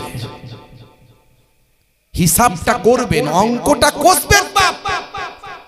আপনি মরে গেলেন, আপনার ছেলেটা আপনার মেয়েটা এতিম হয়ে গেল, আপনার বউটা বিধবা হলো, আপনার বাম্মা পুত্রহারা হলো, কিন্তু এতগুলো মানুষের মৃত্যুর পরে মুসলমানের লাভটা কি হয়েছে একটু অঙ্কটা কষে দেখবে। আমি কারো পক্ষে বিপক্ষে বলতে আসিনি, আপনার ব্যক্তিগত ব্যাপার, কিন্তু আমার কওম, আমার ভাই, আমার কালেমার ভাই মারা গেলে এই রাজনীতির জন্য বুকে বড় কষ্ট হয়, বুকটা চিনচিন করে, যখন খবরটা দেখি না চিনচিন করে। কোন মানুষের মৃত্যুই কামনা করি না, সে মুসলমান হোক, হিন্দু হোক, খ্রিস্টান হোক, জৈন বৌদ্ধ হোক, যেই হোক না কেন। কিন্তু 5 বছর পর আপনি কি পেলে, আপনার এলাকায় কতটা ডেভেলপমেন্ট হলো, আপনার মুসলিম সম্প্রদায়ের মানুষ কতটা চাকরি পেল, কতটা বেনিফিট হলো, একবার অঙ্কটা কষবেন, তারপর ওই নেতাদের কথা শুনে জীবন দেবেন। না হলে সবাইয়ের মতো চলেন, ভোটের জায়গায় দেবেন। হে তরুণ যুবকেরা, হে আমার বন্ধুরা, মুসলমানের সবচেয়ে বড় নেতা হলেন আখিরি জামানার পয়গম্বর জনাবে মুহাম্মদ মুস্তাফা সাল্লাল্লাহু আলাইহি ওয়াসাল্লাম। মুসলমানদের একমাত্র নেতা, সবচেয়ে বড় নেতা।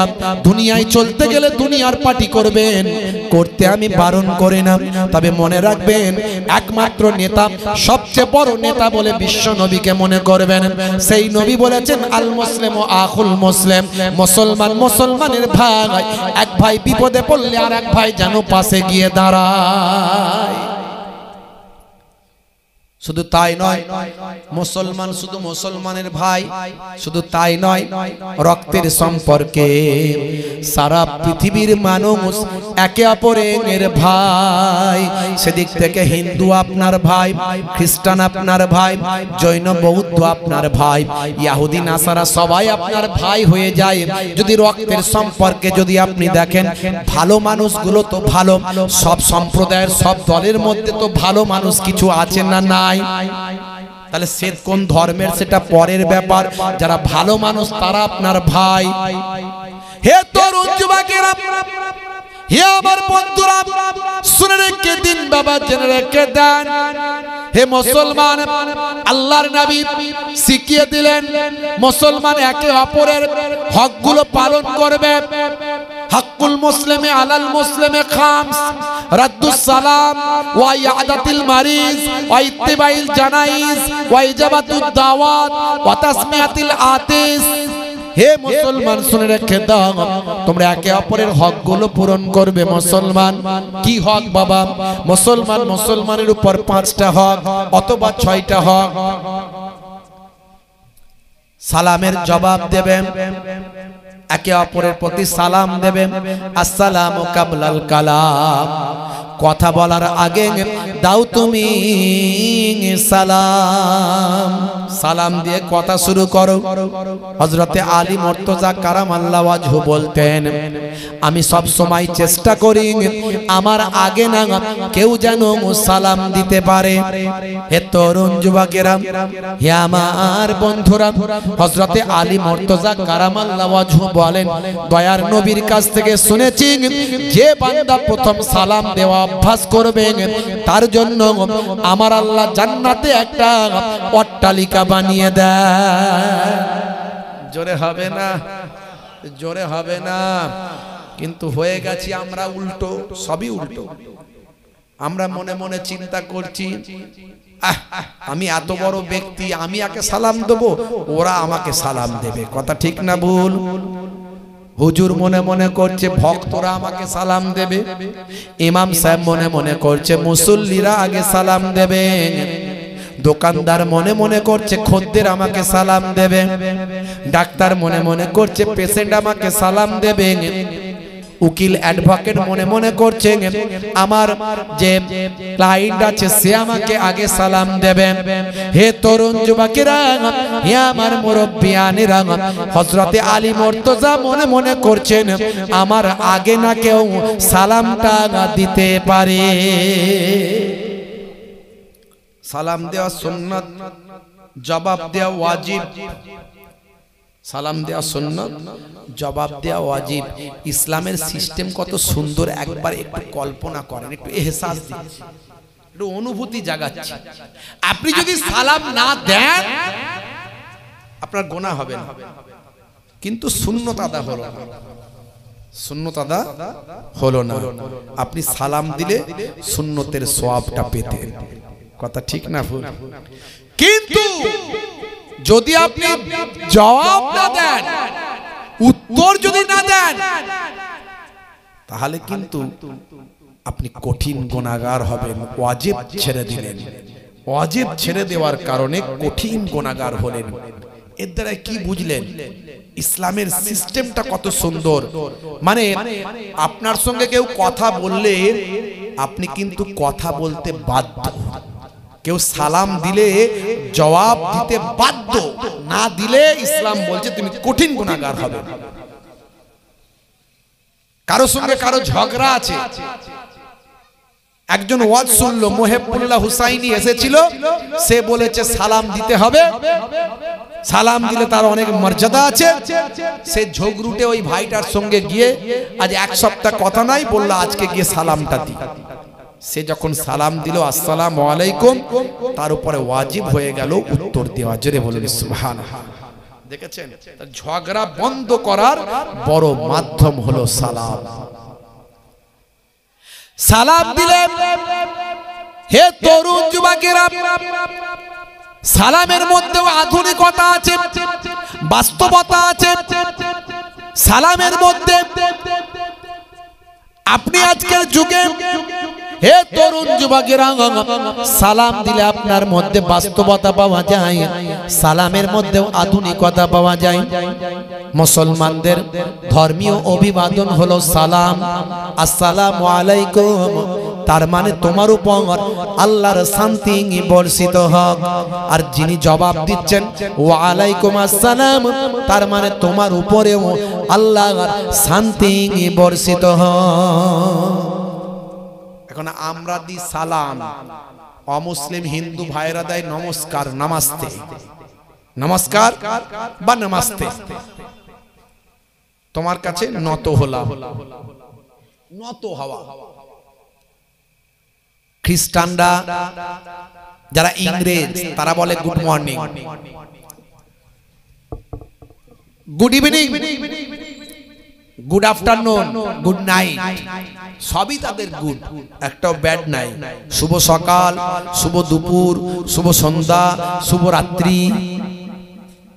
এখন সলিমউদ্দিন ভাইয়ের সঙ্গে মিস্টার জনসনের বন্ধুত্ব, থাকে আমেরিকায়, খুব খাস বন্ধুত্ব। প্রত্যেক দিন সকাল হলে ঘুম থেকে উঠি একে অপরকে গুড মর্নিং দেয়, আবার রাতের বেলা এ দিতে ভুলে গেলে ও কিন্তু গুড নাইটটা দেয়। বুঝতে পারছেন? এখন হঠাৎ করে সলিমউদ্দিন ভাইয়ের 35 বার পাতলা পায়খানা, 34 বার বমি রাতের বেলা। রাতের বেলা যখন তাকে নিয়ে যাওয়া হচ্ছে, অ্যাম্বুলেন্সে তোলা হচ্ছে, ছেলেরা হাত ধরে ধরে তুলছে অ্যাম্বুলেন্সে, তার বন্ধু মিস্টার জনসন ফোন করে বলছে মিস্টার সলিমউদ্দিন গুড নাইট। তখন সলিমউদ্দিন রেগে গিয়ে বলছে এই গুড নাইট নয়, ব্যাড নাইট বল, ব্যাড নাইট। বলছে হোয়াই, কেন? বলছে আমি ভীষণ অসুস্থ, 35 বার পাতলা পায়খানা, 34 বার বমি, আমি এখন যাচ্ছি ক্লিনিকে, আমার জন্য আর গুড নাই ভাই, আমার জন্য হয়ে গেছে ব্যাড। কিন্তু ইসলামে বলা হয়েছিল তোমার গুড থাকুক আর ব্যাড থাকুক, তুমি সুস্থ থাকো আর অসুস্থ থাকো, সর্ব অবস্থায় তোমার জন্য বলা যাবে আসসালামু আলাইকুম, অর্থাৎ তোমার উপর আল্লাহর শান্তি বর্ষিত হোক। জোরে হবে না? হে তরুণ যুবকেরা, আল্লাহর নবী যা শিখিয়েছেন সবের মধ্যে বিজ্ঞান বাস্তবতা আছে। আমার নবীর দ্বীনকে ভালো করে মেনে নিন। কে ভালো কে খারাপ বিচার করতে যাবেন না, কারো নাম ধরে গীবত শিকায়ত করবেন না। আখেরি জামানা কিয়ামতের আলামত বাবা, আখেরি জামানা মানুষ ফিতনা ফাসাদের মধ্যে লিপ্ত হয়ে যাবে। হে তরুণ যুবকেরা, হে আমার মুরব্বিয়ানেরা, দয়ার নবী সোনার জবানে জানিয়ে দেন আখেরি জামানাতে এমন একটা সময় আসবে আমার উম্মতের মধ্যে চারিদিকে শুধু ফিতনা ফাসাদ শুরু হয়ে যাবে, চারিদিকে গান বাজনা অশ্লীলতা ভরে যাবে, চারিদিকে অন্যায় অত্যাচার অবিচার পাপাচার লুকাচার বেড়ে যাবে। যে খুন করবে সে জানে না কেন আমি ওকে খুন করছি, যে খুন হয়ে যাবে সেও জানে না কেন সে আমাকে খুন করলো। হে তরুণ যুবকেরা, হে আমার মুরব্বিয়ানেরা, ভাইরা আমার তরুণ যুবকেরা মুরব্বিয়ানেরা আমার শুনে রেখে দেন। এই তো আজকে দেখলাম ভাই আমার ওই কোন রাজ্যে, এই আমাদের ভারতবর্ষের কোন একটা রাজ্যে, সেখানে মাত্র 5 টাকার জন্য একটা মানুষকে হত্যা করেছেন। চেয়েছিল কত টাকা? 5 টাকা কম দিয়েছিল, ছিল না পয়সা, তার জন্য পিটিয়ে মেরে ফেলা হয়েছে, ইন্টারনেটে ভাইরাল। হে তরুণ যুবকেরা, মানুষ জানে না কে কাকে কেন খুন করছে, কি জন্য তাকে মেরে ফেলা হচ্ছে, সেও জানে না কেন মেরে ফেলবে। চারিদিকে অশ্লীলতা অন্যায় ভরে যাবে, চারিদিকে বিপদ আপদ মুসিবত বেড়ে যাবে। আল্লাহর নবী বলেন এটা হলো আমার উম্মতের জন্য কিয়ামতের আলামত। কিয়ামতের আলামত এসে গেছে বাবা। সকালবেলা মানুষ মুমিন থাকবে, সন্ধ্যাবেলা কাফের হয়ে যাবে। ইউসবিহুর রাজুলু মুমিনান ওয়া ইউমসি কাফিরান ওয়া ইউমসি মুমিনান ওয়া ইউসবিহু কাফিরান ইয়াবিউ দীনাহু বিআরজিম মিনাদ দুনিয়া। মানুষ সকালবেলা মুমিন থাকবে, সন্ধ্যাবেলা কাফের হয়ে যাবে, সন্ধ্যাবেলা মুমিন থাকবে, সকালবেলা কাফের হয়ে যাবে। তারা দিনকে বিক্রি করে দেবে দুনিয়ার পরিবর্তে। হে তরুণ যুবকেরা, এখন আমরা তওবাতিল্লাহ করে আল্লাহর নবীর জান্নাতের বাগানে বসে আছি। এখন আমরা সবাই মুমিন হয়ে গেলাম, সকালবেলা গীবত শিকায়ত চগলখড়ি অশ্লীল কথা বলে আমরা কাফেরদের অন্তর্ভুক্ত হয়ে গেলাম। হে তরুণ যুবকেরা, এই রকম মুসিবত যখন আমাদের মাঝখানে আসবে, এটা হলো কিয়ামতের আলামত। কিয়ামতের আলামত যখন আসবে, আল্লাহর নবী বললেন বাড়ি থেকে কম বের হবে, বাড়ি থেকে কম বের হবে, বেশি বের হবে না বাড়ি থেকে। বের হলি গুনাহ, বের হলি ফিতনা। তুমি চায়ের দোকানে গিয়ে বসার উপায় নাই, চায়ের দোকানে গিয়ে বসার উপায় নাই, 10টা লোক এমন কথা বলবে তোমার ইচ্ছা না গেলেও সেখানে একটা ছাই দিয়ে ফেলবে, দিলি ফিতনায় জড়িয়ে যাবে। বাড়ি থেকে কম বেরোবে, ইবাদত বন্দেগী বেশি করবে, আল্লাহর নবী বলে দিচ্ছে। হে তরুণ যুবকেরা, হে আমার বন্ধুরা, শুনে রেখে দিন বাবা, এই রকম ফিতনার সময় যখন আসবে, মান তামাসসাকা বিসুন্নতি ইনদা ফাসাদে উম্মতি ফালাহুন আজরু মিয়াতা শাহিদ। এরকম ফিতনা ফাসাদের সময় যখন আসবে আমার উম্মতের মাঝখানে, তখন আমার উম্মত যদি আমি রাসূলের একটা সুন্নতকে ভালোবাসে, এই একটা সুন্নতকে যদি মহব্বত করেন, একটা সুন্নতকে যদি অন্তর থেকে ভালোবেসে পালন করে, এই একটা সুন্নতের বিনিময়ে 100টা শহীদের সওয়াব ওই বান্দার নামাজ আমলে আল্লাহ লিখে দেবেন, দান করবে। বুঝতে পারছেন? সেই ফিতনা ফাসাদের সময় আমরা হাজিরা দিয়েছি বাবা মা।